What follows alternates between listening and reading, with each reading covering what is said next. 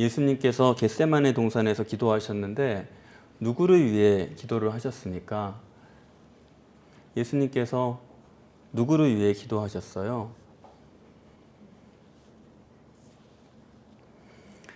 사람이 한 번 죽는 것은 정한 것이고 태어난 사람은 누구나 반드시 죽는 것은 만고의 진리입니다. 과학입니다.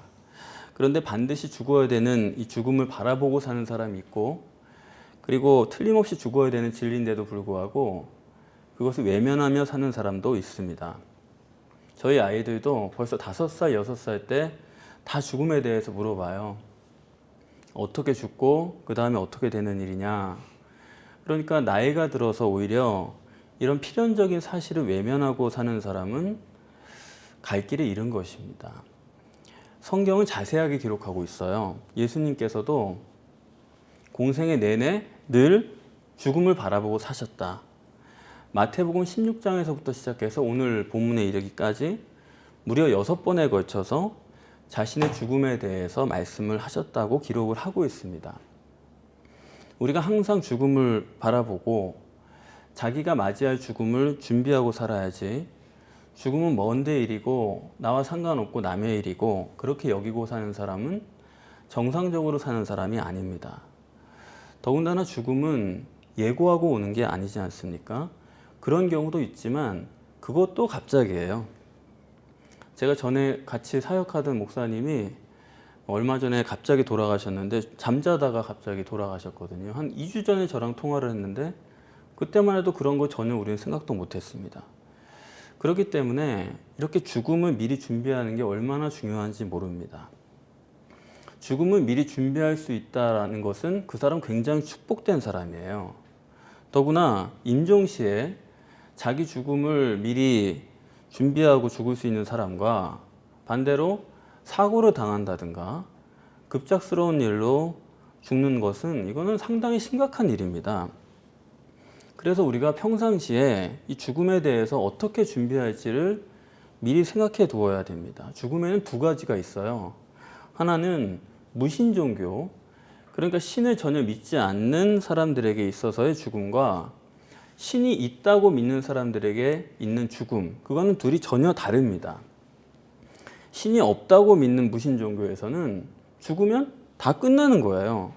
사후세계가 없으니까요.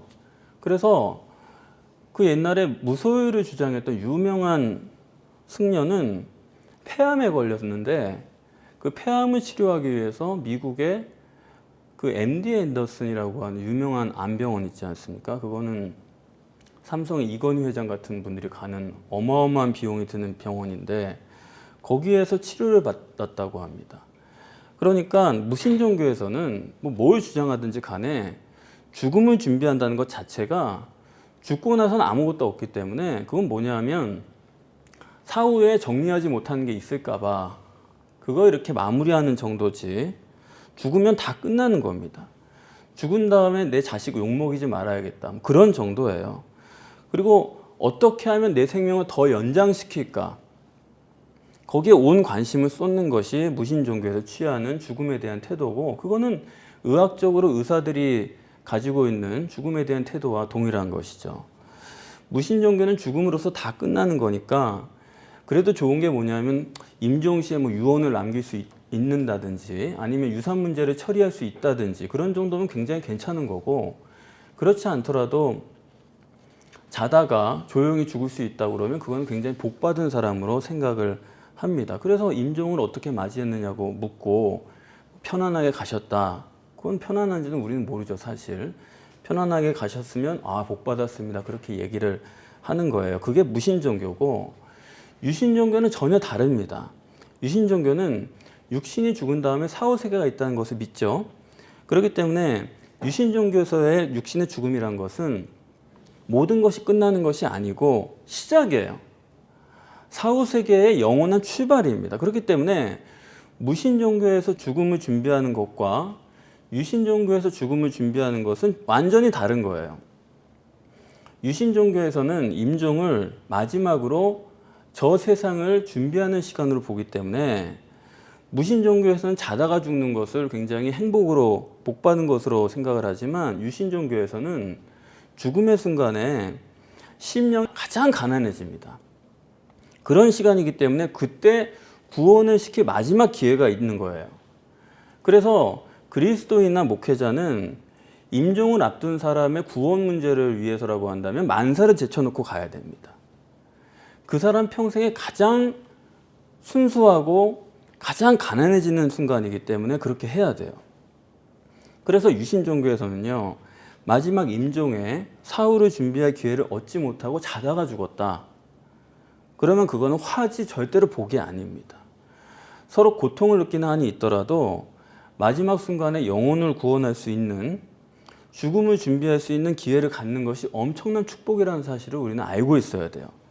그래서 목회자는 말할 것도 없고 여러분들도 항상 임종을 앞둔 사람의 영혼을 어떻게 구원할 것인가에 대한 여러분이 어떤 내용을 가지고 있어야 됩니다. 마음에 그 그림이 있어야 돼요.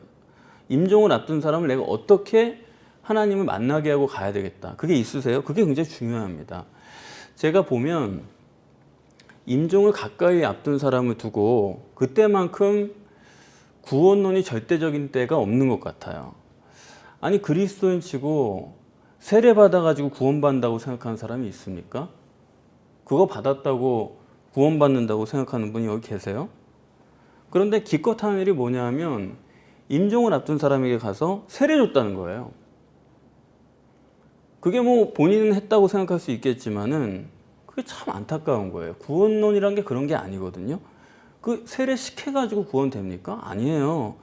그런데 어떤 때는 그분의 그 구원에 대해서 염려가 돼가지고 그러시지 않습니까? 점검을 해야 되지 않겠습니까? 그렇게 말씀을 드려도 우리 아빠 세례 받았으니까 괜찮아요. 그러고 마는 거예요. 그런 집을 보면 정말 안타깝고 이건 설득이 안 되기 때문에 참 괴로울 때가 많이 있습니다. 임종이라는 것이 사후세계를 믿는 사람에게 있어서는 구원받을 수 있는 마지막 기회고 그리고 최선의 기회예요. 이거 우리가 꼭 마음에 생각해야 됩니다. 그런 측면에서 오늘 본문이 대단히 중요하다고 보는데 예수님께서 육신을 입고 이 땅에서 공생의 3년을 사시다가 임종을 맞으시는 자리예요. 겟세마네 동산의 기도는 예수님께서 자기의 죽음을 준비하신 임종 준비입니다. 서두에 말씀을 드린 것처럼 겟세마네에서의 기도가 누구를 위한 기도냐?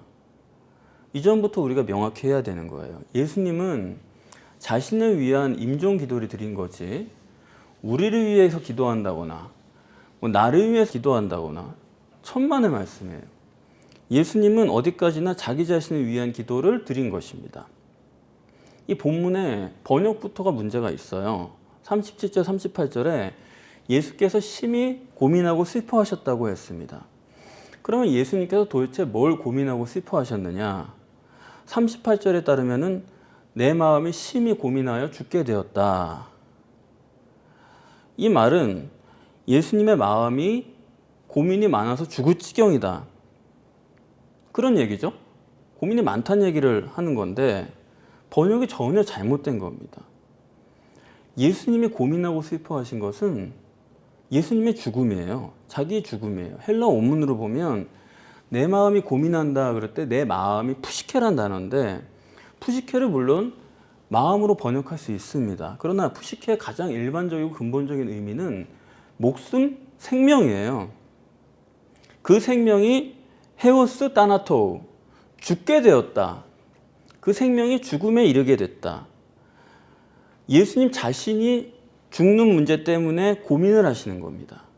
그게 본문의 실제예요. 고민이 뭐 심각하다 이런 얘기가 아니고 죽을 지경으로 고민이 아니고 내가 고민이 뭐냐? 죽는 거다. 그거예요. 푸시케를 마음으로 번역을 하려면 까르디아라고 하는 별도의 단어가 있습니다. 그렇기 때문에 이걸 이렇게 번역하면 안 된다 이 얘기예요. 지금 목숨이 죽어야 되는 문제가 예수님께서 심히 고민하는 내용이다 라는 점을 본문이 말씀하고 있다는 것을 우리가 명확히 하고, 그런데 이 번역하는 사람도 마찬가지고 교회가 왜 지금까지 이걸 애매하게 했느냐, 그거는 예수님이 자신의 죽음, 십자가죠. 또 여기서는 본문에 잔이라고 표현이 됐는데 예수님이 이것 때문에 고민하고 슬퍼한다는 점이 납득이 안 가기 때문에 그렇습니다. 그걸 그렇게 받아들이기가 쉽지가 않은 거예요. 예수님의 죽음, 잔, 십자가를 예수님은 창조 전부터 준비하고 계신 분이에요. 그렇지 않습니까? 전능하신 하나님이고 창조 전부터 이걸 계획을 했단 말이에요. 자기 자신이.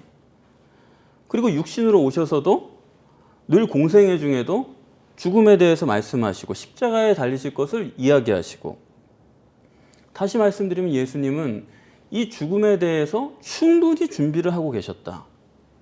그런데 겟세마네 동산에 오셔가지고 마치 그전에는 전혀 십자가에 대해서 예상을 못하고 있다가 겟세마네 동산에서야 날벼락을 맞은 것처럼 이렇게 슬퍼하고 고민하는 게 뭐냐 이거예요. 이게 마치 뭐 같으냐면 히스기야 왕처럼, 히스기야 본인 말대로 따르면은 내가 나이가 몇 살인데 지금 죽으라고 그럽니까? 그래가지고 벽을 앞에 두고서는 통곡하며 기도를 했잖아요. 그 사람은 날벼락 만난 사람이죠. 그런데 예수님은 그런 거 아니시잖아요. 본인이 창조하시고 본인이 다 계획한, 그러면서 또 육신으로 오셔서도 3년 동안 그걸 바라보고 사셨고 지금 십자가를 지셔야 되는데 그 죽음은 충분히 예상됐던 것인데 지금 갑자기 날벼락 만난 사람처럼 죽음에 대해서 고민하고 슬퍼하신다는 것이, 이건 납득하기가 어려운 거예요. 그러면 성경이 말씀하는 주님의 본심이 뭐냐? 물론 본인이 몰랐던 거 아닙니다. 십자가를. 그러나 주님의 본심은 39절에 내 아버지여 할만하시거든 이 잔을 내게서 지나가게 하옵소서. 그게 주님의 속마음이에요. 이걸 사실적으로 표현을 하자면 예수님이 지금 하나님 바짓가랑이를 붙들고 애원을 하시는 겁니다. 하나님 나를 사랑하시잖아요. 제발 이것 좀 지나가게 하시면 안 됩니까? 이것 좀 안 지면 안 됩니까? 정말 내가 이거 감당을 못 하겠는데요. 무려 3번씩이나 제발 할 수만 있으면 이거 안 지면 안 됩니까? 그러니까 이게 무슨 다른 사람을 위한 기도예요? 아니죠. 오직 자기 자신을 위한 기도인데, 사실 지금 예수님이 하나님께 매달려서 이 잔, 이거 안 마시게 해달라고 애원하시는 이 본문이 말하려는 게 무엇인가, 그걸 생각해 보려고 합니다. 우선 이 푸시케, 목숨의 본질이 뭐냐 이거예요. 생명체의 가장 강력한 본능은 생존 본능이죠. 죽기를 원하는 생명체는 없습니다. 이전부터 우리가 정직하게 알아야 돼요. 생명체의 본능은 동물이든 사람이든 살고 봐야겠다. 이 본문에서 말하는 것도 예수님은 생명체다. 그래서 살고 싶지 죽고 싶은 게 아닙니다. 겟세마네 동산에서 기도하고 있는 예수, 그는 모든 동물, 모든 인간과 조금도 다름이 없는 육적인 본능을 가진 분이에요.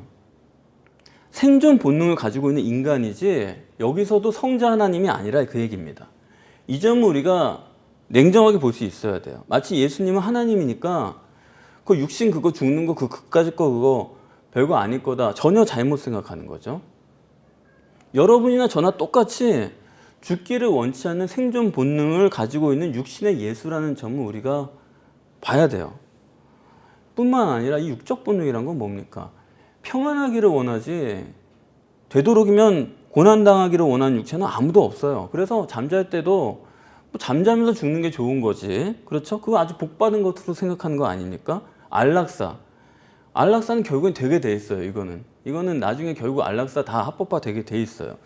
육체를 가진 인간이란 존재는 이같이 평안을 추구하고 안락을 추구하기 때문에 필연적으로 자기중심적이고 이기주의적일 수밖에 없습니다. 저 북한의 김정은 그런 그 집안을 보면은 자기 하나 편하기 위해서 수많은 사람들이 고통당하고 죽는 것은 눈 하나 깜짝을 안 하는 거예요.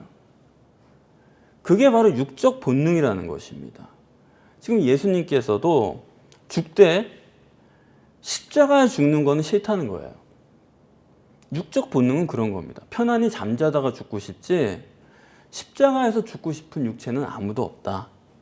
그래서 예수님께서 지금 할 수만 있으면 이 잔을 내게서 지나가게 하옵소서. 죽되 정말 십자가에서 파괴당하듯이 그렇게 내가 죽고 싶진 않습니다.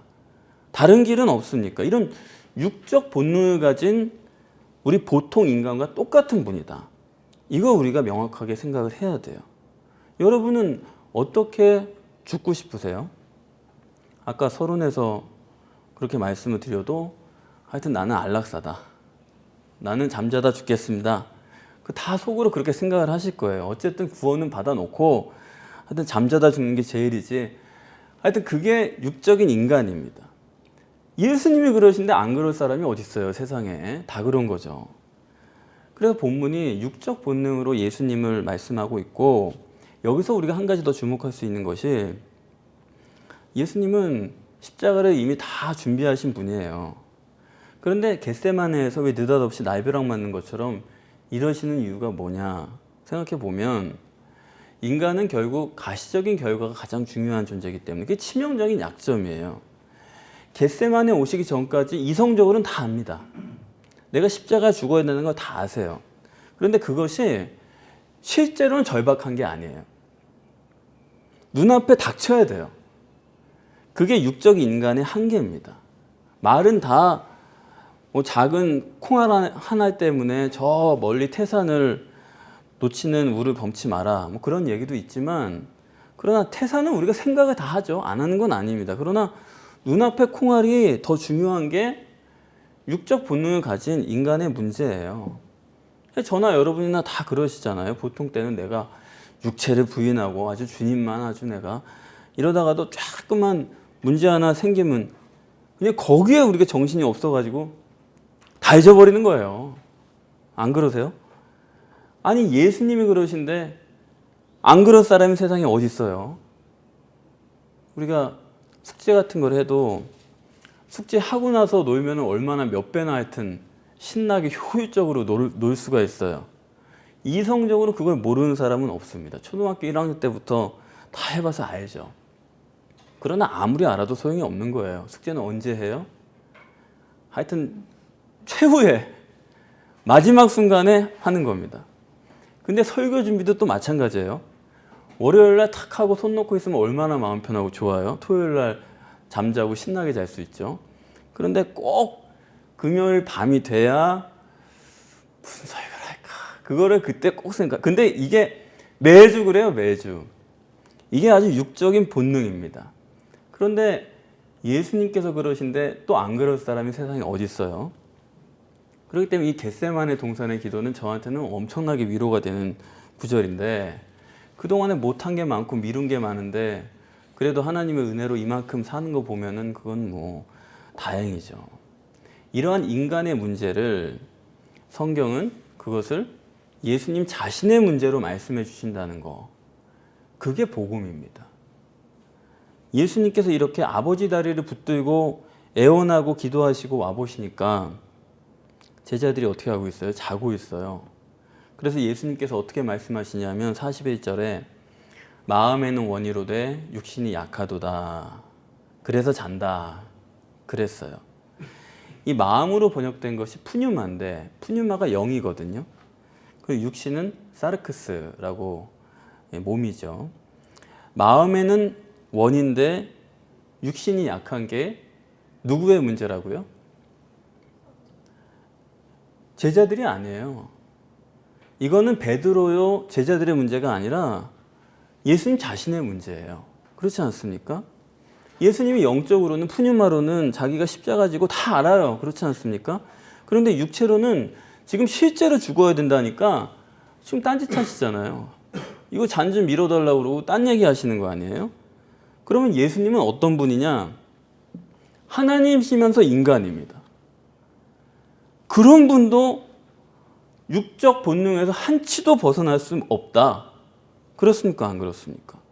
그러니까 이거는 육체 우선이라는 거는 이거는 만고의 진리예요. 세상이 바뀌어도 이건 진리입니다.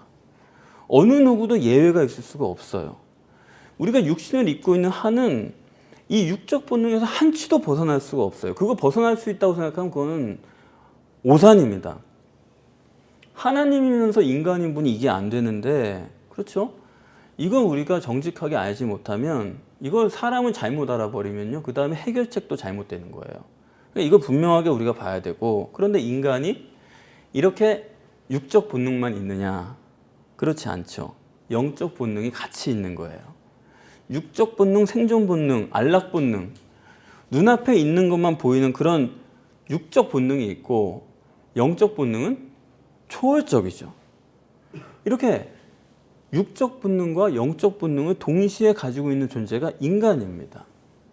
41절에 원, 이 영이죠. 이건 푸뉴마는 원이에요. 그런데 육, 사르크스는 영과 또 반대예요. 둘이 같이 있는데 이건 원수지간이다. 하나님이 이렇게 영과 육이 정반대인 인간을 설계를 하셨고, 이것을 바울은 갈라디아서 5장 17절에서 둘은 원수지간이다.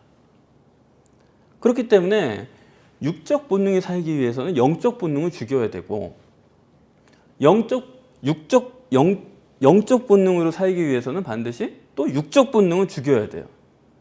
이게 서로 반대되기 때문에 같이 가는 건 없습니다. 이것 때문에 인간이 늘 갈등하고, 어떤 때는 영적 본능이 맞는 것 같다가 어떤 때는 육적 본능이 맞는 것 같다가, 이렇게 헤매고 사는 게 인간의 존재다. 그런데 문제는 어딨냐면, 우리가 육적 본능으로 다 살기를 원하죠. 그렇게만 되면은 뭐 걱정이 없어요. 그런데 하나님은 우리가 육적 본능으로 살지 않고 영적 본능으로 살기를 원하신다는데 심각한 문제가 있는 것입니다. 하나님도 우리더러 육적 본능대로 해라. 그러면 문제가 없죠. 육적 본능이 하나님 뜻이라고 그러면 겟세마네에서 뭐 이런 기도 드릴 필요도 없죠. 예수님이 십자가를 지실 이유가 전혀 없을 것입니다. 그런데 하나님께서는 육적 본능이 아니라 영적 본능으로 살라는 것이 하나님 뜻이고, 이게 우리에게 있어서 가장 어려운 점이에요. 그게 구약 성경의 임무고, 여러분이 구약을 읽어보시면 어떻습니까? 하나님이 우리로 육적으로 너 되는 대로 살지 말고 하나님 정하신 방법으로 영적 본능으로 살아야 된다. 그걸 알게 하고, 그래서 지금은 내가 육적 본능이지만 어떻게 하면 영적 본능으로 살까? 이거를 생각하는 거. 그것이 원이 되게 만드는 것이, 영적 본능에 따라 사는 것이 원함이 되도록 하는 것이 구약 성경의 임무고, 그것이 율법입니다. 다 아시죠? 그런데 이 주님의 원은, 지금 원하심은 분명히 영적 본능을 가지고 있어요. 주님은 거기까지는 돼 있는 분입니다. 영적 본능과 육적 본능이 원수지간이기 때문에 처음부터 주님은 영적 본능을 위해서 육적 본능을 죽이는 것을 훈련이 되신 분이에요. 이성적으로 그걸 일단 아시는 분입니다. 그것도 모르는 사람은 얘기가 안 되고, 영적 본능으로 육적 본능을 죽여내는 것까지는 확실히 돼 있는 분이에요. 그래서 공생의 내내 예수님은 내가 영적 본능으로 살아야지, 그 이성적으로 알 뿐만 아니라 늘 결단하고 다짐하고 훈련하고 실제로 싸우시고 그런 분입니다. 그런데 이 겟세마네 동산의 기도가 문제가 되는 건 뭐냐면, 이렇게 영적 본능으로 계속해서 결단하고 다짐하고 훈련한 분인데, 실제 와서 보니까 아버지의 원이니까 아멘 하는 것이 아니고, 하나님의 원은 안 하셨으면 좋겠다. 애원하듯 3번을 말씀했다는 겁니다. 다시 말하면 실제로는 영적 본능을 기능하지 못하는 것이 겟세마네의 예수다. 이거 우리가 볼 수 있어야 돼요. 그러면 무슨 말씀이냐? 예수님이 실제로는 결단하고 다짐하고 훈련하고 다 그래 왔는데도 겟세마네 동산에 오셔서 이렇게 말할 정도 이 지경이라고 한다면은, 베드로가 나는 영적 본능에 따라 살 겁니다. 나는 죽더라도 예수님과 함께 죽을 겁니다. 이런 식으로 다짐을 해도 베드로가 부인하는 것은 너무 당연한 일이다. 그렇죠? 그것을 예수님 자신이 증거해 주는 겁니다. 네가 나를 3번 부인할 거야. 틀림없다. 어떻게 하냐고? 내가 하는 걸 봐라. 본인이 지금 그러고 계시잖아요. 그런 얘기나 마찬가지입니다. 이성이나 생각으로는 하나님의 뜻대로 영적으로 해야겠다 다 아는데 실제로는 까마득히 없는 거예요. 지금 예수님이 아버지를 붙들고 애원할 만큼 이렇게 육체가 끔찍하게 절대인 것이 육신의 인간입니다. 예수님이 이러신다고 한다면은 다른 사람들은 말할 것도 없어요. 육신의 인간치고 어떤 사람도 영적으로 살 수 있는 인간은 없는 것입니다. 이건 진리예요. 이건 진리입니다. 그런데 이제 분명히 아셔야 될 거는 이제 뭐냐면 그거죠. 예수님께서 자기 자신을 위해서 기도하지 않으셨다고 한다면 십자가를 질 수가 없었다. 이게 본문의 증거입니다. 여러분, 육신을 입은 인간은 어느 누구도 하나님의 뜻을 행하고 살 수 있는 인간이 아무도 없어요. 물론 내가 원하기는 해야 됩니다. 하나님의 뜻대로 살기를 원하고 선하고 의롭게 살기를 원해야 돼요. 원하는 것까지는 해야 돼요. 그러나 오라 나는 곤고한 사람이로다. 누가 이 사망의 몸에서 나를 건져내랴. 바울이 탄식한 것처럼 인간은요, 아무리 자기가 다짐하고 결단하고 훈련해도 선하게 살 수 있는 사람은 없습니다. 그걸 조금 흉내내는 것뿐이고 하나님의 능력 가운데 되는 거를 내가 했다라고 착각을 하는 것뿐이죠. 절대선 절대의신 하나님의 뜻은 물론 그래요. 선하고 의롭게 사는 게 하나님의 뜻은 맞는데, 그런데 그거는 실제적으로는 불가능하다. 하나님이 그렇게 창조를 해놨습니다. 육신 속에서 살기 때문에 그게 불가능해요. 무서울 정도로 강한 육체 우선 때문에 하나님이면서 동시에 인간이신 예수 그리스도도 본문에서 강조하는 것처럼 그게 안 된다. 그거 우리가 절대로 간과하면 안 됩니다. 하나님의 역사 없이는 인간은 선하고 의롭게 사는 게 불가능해요. 예수님도 하나님의 역사 없이는 불가능해요. 그게 오늘 본문이 말하고자 하는 것입니다. 그래서 이 점을 우리가 깊이 깨달아야 돼요. 예수님도 불가능한데 제자 훈련이요? 뭐 책 읽고 결단하고 다짐하고 훈련해가지고 예수를 닮아가지고 성화되자? 그게 도대체 무슨 논리입니까? 그거는 있을 수가 없는 얘기를 하고 있는 거예요, 지금. 따라서 어떻게 해야 되느냐? 일단 사람이 육체 우선이기 때문에 우리가 식사를 맛있게 해야 됩니다. 일단 밥은 맛있게 먹고 그 다음에 절대가 뭐냐? 기도예요. 하나님이 나한테 능력을 행하실 수 있는 유일한 길은 하나님과 나 사이의 인격적 관계이기 때문에 내가 원해서 하나님이 역사하시는 수밖에는 길이 없습니다. 하나님의 역사 없이 할 수 있는 일은 원함까지가 절정이에요. 원함까지는 우리가 최대한 할 수 있는 건데 그 이상은 아무것도 불가능해요. 그래서 인간은 원하는 데까지는 해야 됩니다. 무엇을 원하느냐? 하나님의 뜻이 내 뜻이 되게 해야 돼요. 거기까지는 우리가 해야 돼요. 우리가 기도라 그러면 내 뜻, 이걸 가지고 하나님께 그야말로 뭐 어떤 때는 하나님 팔을 비틀어서라도 그냥 이거 내놓으세요, 이거 해주세요. 물론 그것도 기도예요. 그러나 그것은 어릴 때 기도고, 그러나 적어도 우리가 아버지랑 대화를 할 정도의 수준이 되면은 그런 기도는 하나님의 뜻이 내 뜻이 되고, 왜요? 하나님의 뜻만이 의롭고 선하기 때문에 그것이 내 뜻이 되어야 되겠고, 내 뜻이 됐습니까? 그것도 다가 아니에요. 내 뜻이 있은 다음에 하나님의 역사가 거기에 입혀져야 돼요. 근데 46절에 보면 정말 놀랍죠? 제발 지나가게 해주세요 하던 분이 기도가 끝나고 나니까 믿음이 생겼어요. 그래서 일어나라, 함께 가자. 보라, 나를 파는 자가 가까이 왔느니라. 기도하고 나니까 능력이 생겨가지고 당당하게 나가는 겁니다. 여러분, 기도 없이 사람이 어느 누구도 하나님의 능력으로 승리할 수 없습니다. 예수님과 베드로가 뭐가 다릅니까? 마음은 똑같아요. 베드로나 예수님이나. 원하는 건 똑같아요. 베드로도 원하고 예수님도 원해요. 다 하나님 뜻대로 살아야지. 뭐 우리는 안 그렇습니까? 차이는 기도예요. 하나님의 뜻이다. 그건 우리 머릿속에 다 있죠. 관념이죠. 그러나 그 뜻이 실제가 되는 것은 베드로는 잠을 잔 것이고 예수님은 기도하신 그 차이밖에 없습니다. 겟세마네에서의 승리와 패배의 차이는 기도밖에 없는 거예요. 기도 외에는 하나님의 능력이 내 능력이 되는 길이 없습니다.